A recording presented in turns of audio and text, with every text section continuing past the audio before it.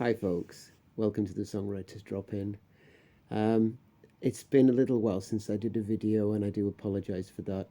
For anybody that tunes in, I had a few things to deal with. Being a musician, a self-employed musician, doesn't come without its challenges. But on this, I wanted to talk about today is the story song and how songs can really tell a story and be descriptive and engaging.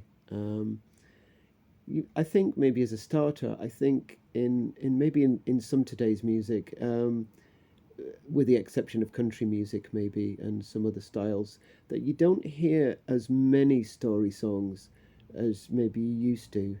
Um, but I think there are people still writing them. I know I'm still writing odd ones here and there. Maybe I'm an old fart, but I think as long as there's people that wants to listen to them, it's fine. And they can be really engaging, and I love a good story song. Um, but I think as an example, I'll take something that I was listening to the other day, and it was a song that was covered by Tom Waits. I don't know who the original writer was, but it's a song called Big Joe and Phantom 309. And basically, the story of the song is that Tom is out on the highway. He's freezing cold. He's hungry. He's tired. There's nobody around, and it's raining. It's absolutely throwing it down with rain.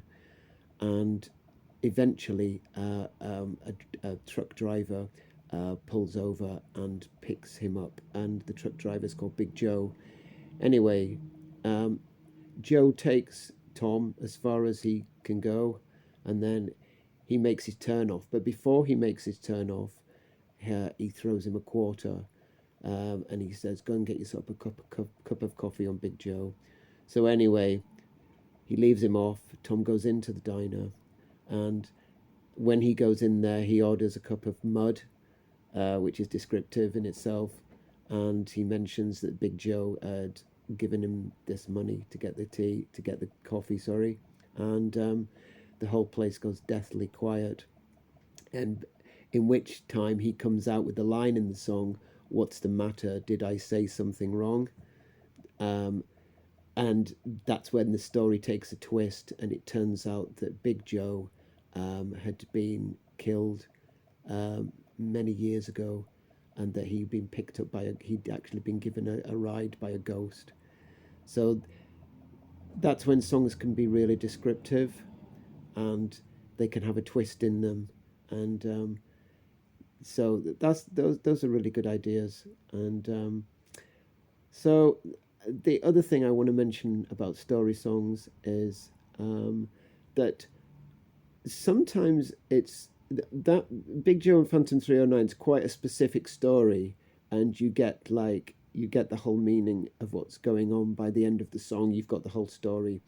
But some songs, um, it's best to sometimes um, not be too as descriptive with the words, and leave it a little bit open to interpretation, so that the listener can draw something of from them for themselves from the song, and interpret it in the way that means something to them.